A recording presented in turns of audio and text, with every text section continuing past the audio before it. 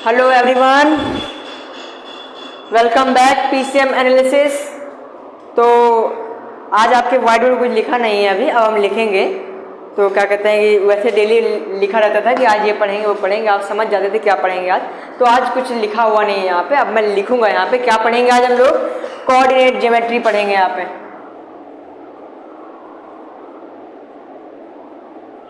Coordinate geometry,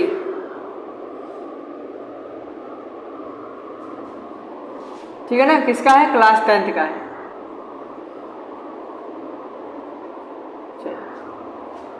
इसको अब देखिए, अब कोऑर्डिनेट ज्योमेट्री क्या होता है। 9th में आपने पढ़ा होगा कोऑर्डिनेट, है ना। ये था आपका, है ना, जिसमें 4 होते हैं। First coordinate, second coordinate, third coordinate, fourth coordinate. अब ये कहीं आया नहीं, मतलब ये कहीं और से नहीं बना हुआ है आपके। एक बार अगर आपको ना समझ में आए तो आप मान सकते हैं ये इंटीजर से बना हुआ है। ये पॉइंट क्या होता है? 0, है ना। एक ये हो गई, एक ये चली गई, और क्या?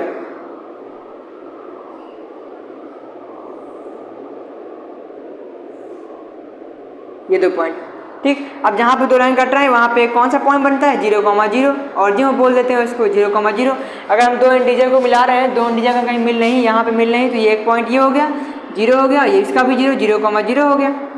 अब इधर है, इस साइड है, तो 1 2 3 4 5 पॉजिटिव चलेगा, इधर है तो नेगेटिव चलेगा,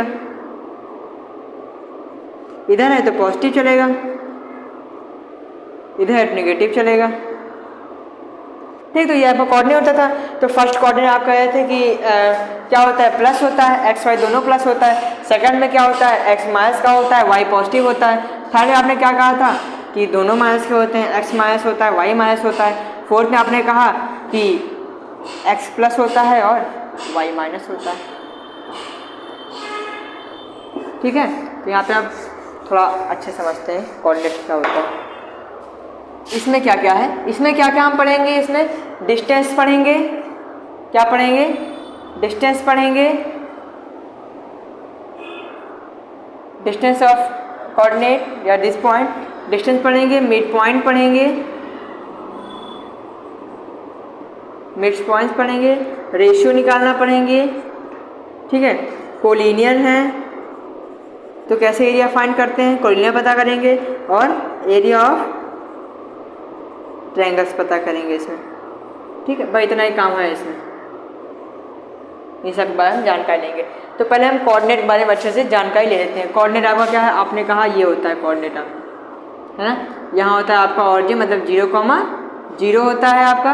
ये होता है 1, दोनों सबकी डिस्टेंस सेम होती है, बीच का 3 4 5 6, 1 2 3 4 5 और ये 6। इधर क्या होगा? -1 -2 -3 -4 और ये -5, ठीक। यहाँ क्या होगा आपका? -1 -2 -3 -4 -5 और ये -6, ठीक। ये आपका फर्स्ट कोऑर्डिनेट होता था, इसे क्या बोलते थे आप? First coordinate. First coordinate, second coordinate, third coordinate, fourth coordinate, है ना। इसमें फर्स्ट में क्या होता है? दोनों पॉजिटिव होते हैं। क्यों? एक्स वाई दोनों क्या है? पॉजिटिव है ना, इसलिए पॉजिटिव है। एक्स वाई होते हैं पॉजिटिव यहाँ पे दोनों। इसमें क्या होता है? एक्स नेगेटिव होता है और वाई क्या होता है? पॉजिटिव होता है। इसमें क्या होता है? एक्स भी नेगेटिव होता है और वाई भी नेगेटिव होता है। इसमें क्या होता है? वाई, इसमें एक्स पॉजिटिव होता है और वाई नेगेटिव होता है। मतलब यहाँ प्लस प्लस चलता है, यहाँ पे माइनस प्लस चलता है, और यहाँ पे माइनस माइनस चलता है, और यहाँ पे प्लस माइनस चलता है। समझ में आया ना आपको ये चीज़ें? तो अब यहाँ देखिए, अब हम यहाँ बोलते हैं एक्स को, या एक्स एक्सिस पे जो बनते हैं उनको बोलते हैं हम एब्सीसा। वाई एक्सिस पे जो बनते हैं उनको बोलते हैं हम ऑर्डिनेट, ठीक है। दोनों को मिला देते हैं तो बन जाता है कोऑर्डिनेट, है ना। मतलब कि एक्स एक्सिस से कोई पॉइंट बन रहा हो, मतलब मान लिया मैंने यहाँ पॉइंट बन रहा है, जैसे ये लिखा मैंने 1,2, तो 1,2 जो है, अगर ये 2 जो है तो ये 2 किस पे लाइज कर रहा है? एब्सीसा पे लाइज कर रहा है, एब्सीसा पे। और मैं कहूँ 1 किस पे लाइज कर रहा है? तो ऑर्डिनेट पे लाइज कर रहा है। वाई लाइन को क्या बोलते हैं, ऑर्डिनेट, और इसको एब्सिसा।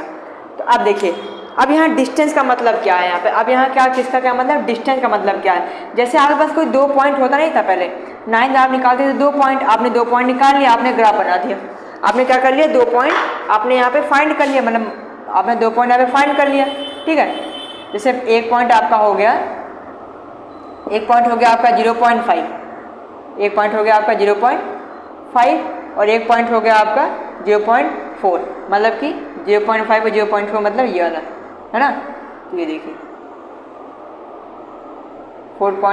एक पॉइंट हो गया आपका 0.5, एक पॉइंट हो गया आपका 4,0। तो अब ये दो लाइन क्या, ये दो पॉइंट ने मिला दिया।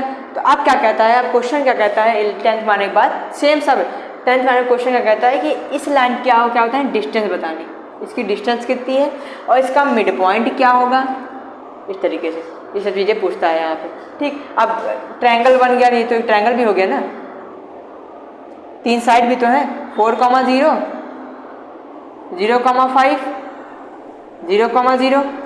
अब इसका एरिया भी निकाल लो, तो ये दिया हुआ है एरिया ऑफ ट्रायंगल। कोऑर्डिनेट कैसे होते हैं, area of triangle equal to 0 रख दो, कोऑर्डिनेट हो जाता है। रेशियो आपको बताएंगे कब, जब दो लाइन में कहीं एक पॉइंट ये है और एक पॉइंट ये है, बीच में एक पॉइंट मिड पॉइंट दे रखा है इसका, और इनके रेशियो दे रखे होते हैं, नहीं दे रखे होते तो हम मिड पॉइंट से उनका रेशियो निकाल लेते हैं। तो अब वो सब हम डिस्कस करेंगे। तो पहले हम जानकारी लेते हैं डिस्टेंस के बारे में। तो देखिए चलिए,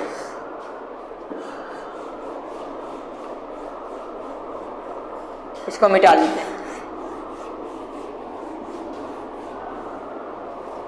मान लिया मैंने हमारी ये कोई लाइन है, ये हमारी कोई लाइन है, पॉइंट कौन कौन से दे रखे हैं यहाँ पे, मैंने यहाँ मान लिया मैंने 2,4 दे रखा है और यहाँ मान लिया मैंने 3,6 दे रखा है, ये हमारे पॉइंट है। अब बोल रखा है इसके क्या निकालना है, आपको डिस्टेंस निकालना है। ये हमारा x1 है, x1 y1 और ये हमारा x2 और y2, ठीक है ना। तो देखिए डिस्टेंस निकालने का फॉर्मूला क्या होता है, d इक्वल टू क्या होता है, d इक्वल टू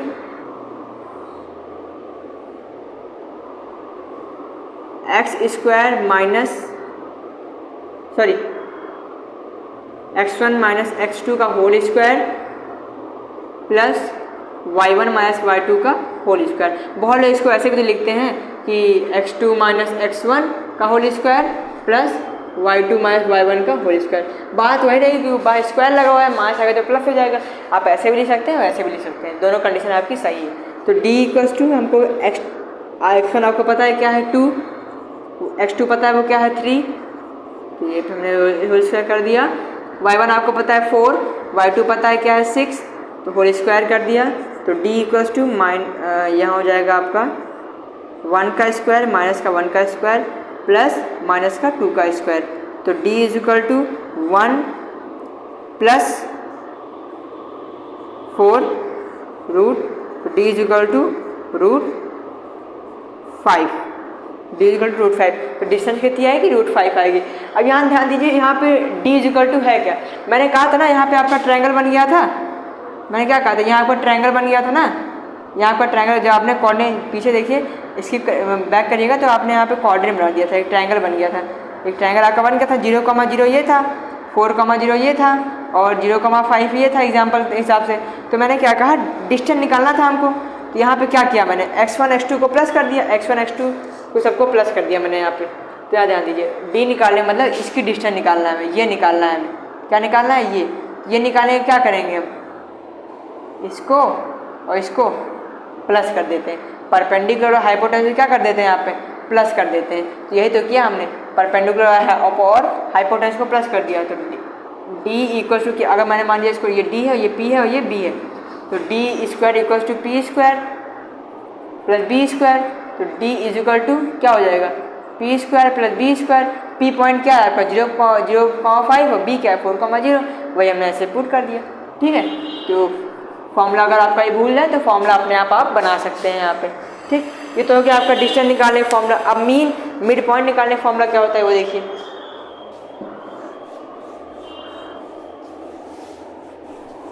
अब इसी पॉइंट में मिड पॉइंट निकालते हैं।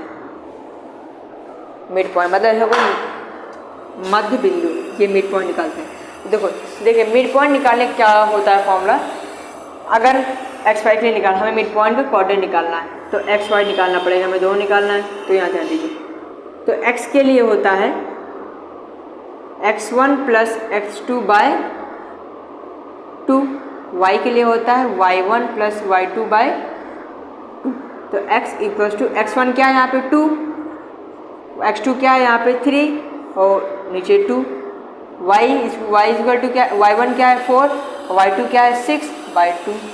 तो x equal to 5 by 2 comma 10/2 हो जाएगा यहाँ पे, तो कट जाएगा 5 आ जाएगा, तो यहाँ आ जाएगा आपका 5, y इक्वल्स टू 5।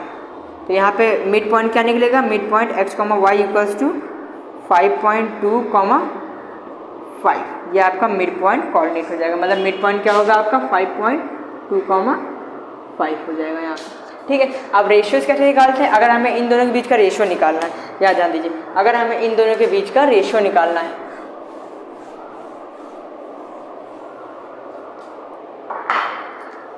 तो रेशियो निकालने क्या होता है, x के लिए क्या लेते हैं, x के लिए लेते हैं कोई एक टर्म रख लीजिए, निकल जाएगा। x इक्वल टू होता है, रेशियो निकालने का फॉर्मूला ये होता है, ratio equal to m1x2 plus m2x1 upon m plus n। इससे रेशियो भी निकल जाता है और ये भी निकल जाता है। ठीक है, ये x के लिए होता है।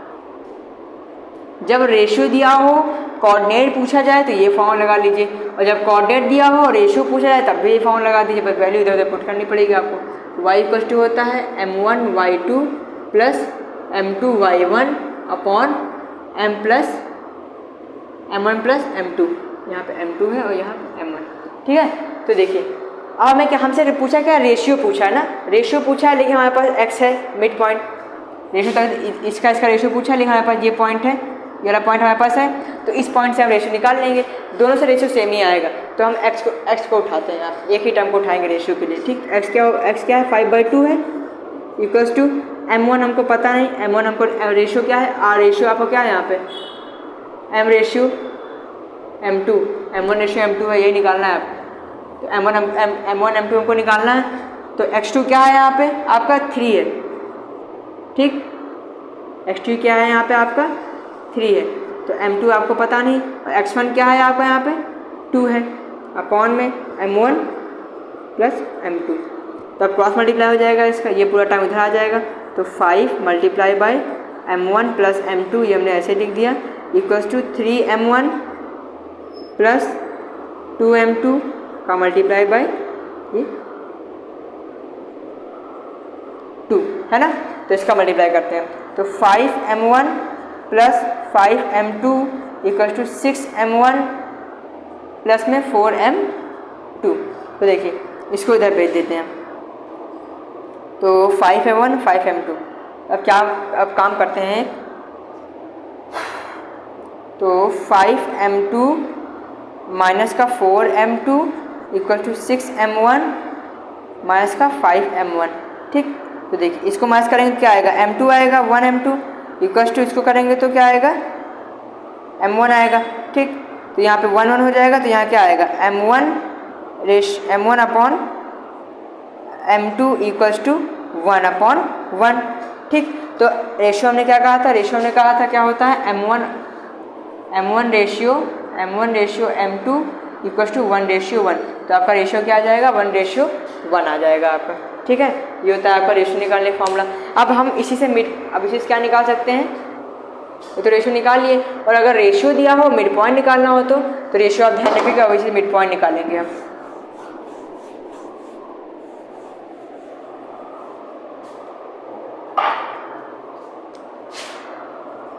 ठीक है, रेशियो ध्यान रखिएगा 1:1 है, तो यहाँ x पहले x निकालते हैं, तो x इक्वल्स टू m1 क्या है आपका 1 मल्टीप्लाई बाई x2 क्या है आपका यहाँ पे 3 प्लस m2 क्या है आपका 1, x1 क्या है आपका 2 अपॉन में 2, तो x is equal to 3 plus 2 by 2, x is equal to 5 by 2, x is equal to 5 by 2।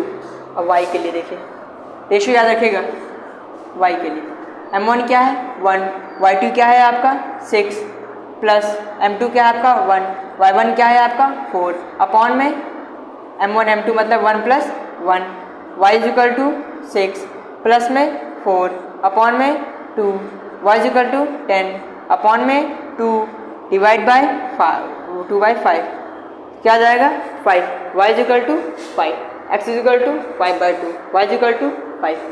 अब समझ में आया?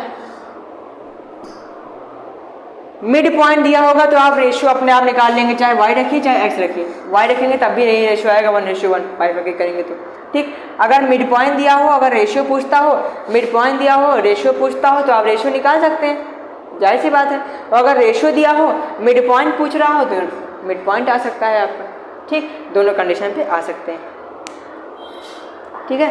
अब बात करते हैं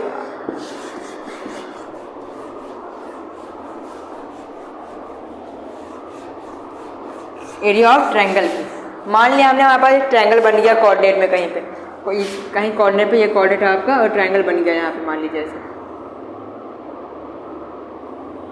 ठीक। ये पॉइंट है, कोऑर्डिनेट आपका यहाँ कहीं बन गया, ठीक।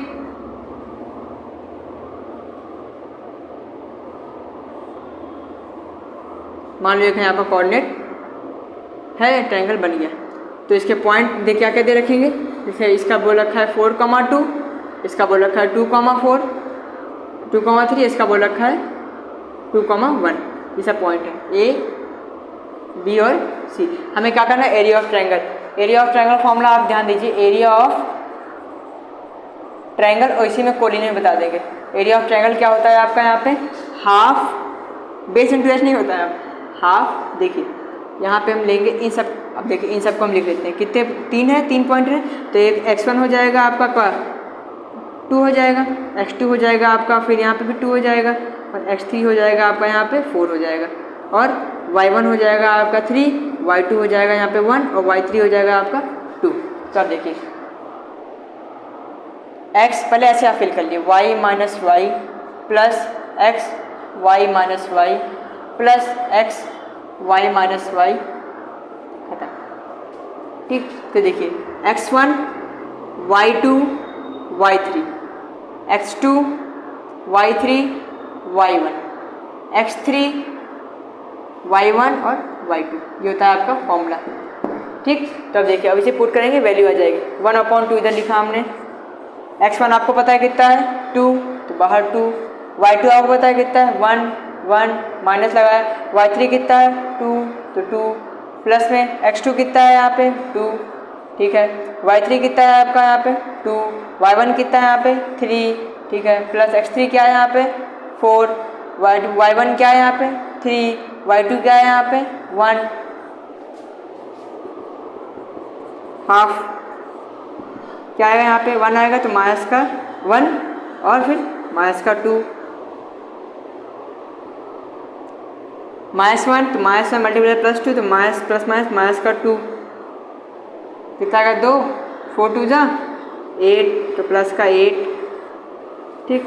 तो 1/2 minus minus plus, -4 plus plus का 8, तो क्या जाएगा आपका 4, तो क्या ये कट जाएगा कितने टाइम 2 टाइम, तो आपका आ जाएगा एरिया ऑफ ट्रायंगल 2 यूनिट्स, ठीक। तो इसका एरिया क्या आएगा 2 यूनिट्स आएगा। अब रही बात कोऑर्डिनेट की, क्या करेंगे, तो कोऑर्डिनेट में ये करेंगे, इसी का आगे 0 लिख देंगे। अब कोऑर्डिनेट पॉइंट क्या होता है, इसी का आगे 0 लिख देते हैं, ये 0, ये 0, ये 0, तो यहाँ क्या होगा, अब 0 लिखेंगे तो यहाँ देखिए आंसर चेंज हो जाएगा, तो ये 2 जो होगा ये मल्टीप्लाई में उधर डिवाइड चला जाएगा, तो आंसर आएगा आपका फिर 4 आएगा, कोऑर्डिनेट 4 आएगा, ठीक। तो 1/2 4 = 0, ये उधर चला गया, तो 4 = 0, तो 4 आंसर, ठीक ना। तो कोऑर्डिनेट में क्या करते हैं, एरिया ऑफ ट्रायंगल में 0 रख देते हैं, नहीं तो एक और तरीका होता है, 2 साइड, या तो आप ये कर सकते हैं 2 side equal to third side, कोई 2 साइड जो हो, जैसे a + b इक्वल हो किसके c के, तो ये कोऑर्डिनेट होता है। अगर एक साइड a साइड और b साइड को प्लस करने पे c के इक्वल नहीं आ रहा, तो ये आपका कोऑर्डिनेट नहीं है। और ऐसे ही प्रूफ करते हैं ट्रायंगल के मेथड से, जैसा आपको सूटेबल लगे, ठीक है। तो इसी के साथ हम कोऑर्डिनेट ज्योमेट्री को भी खत्म कर चुके हैं, ट्रिग्नोमेट्री खत्म कर चुके हैं। अब आगे नेक्स्ट चैप्टर पढ़ेंगे हम लोग, क्या कहते हैं, कोऑर्डिनेट इक्वेशन पढ़ेंगे हम। तो देखिए क्वाड्रेटिक इक्वेशन पढ़ेंगे, कैसा लगा आपको, मज़ा आया? आसान है चैप्टर, समझना है आपको, अच्छे से क्लियर करना है, क्वेश्चंस आपको इसके अटैम्प्ट करने हैं। RS RD बालाजी जितनी बुकें आती सब आप लगा दीजिए, एकदम प्रिपेयर हो लीजिए मैथमेटिक्स के लिए, एकदम अच्छे प्रिपेयर हो लीजिए बोर्ड के लिए, एकदम फाड़ दीजिए पेपर ऊपर, मतलब आएगा फाड़ना नहीं, करने के बाद बढ़िया अच्छा गया तो रख दीजिएगा और ख़राब गया तो फाड़ दीजिएगा, ठीक है। तो उस हिसाब से बता रहे हैं, बढ़िया से एकदम अच्छी तैयारी करिए। बेस्ट ऑफ लक, ठीक है। Thank you for watching my video. Like करो इसको, सब्सक्राइब भी कर देना थोड़ा बहुत, और कमेंट मार देना, बस और कुछ नहीं। शेयर कर देना दोस्तों को कि पढ़ लो, कर लो, कुछ आसान है चैप्टर, ये सब चीज़ें, ठीक है। Thank you.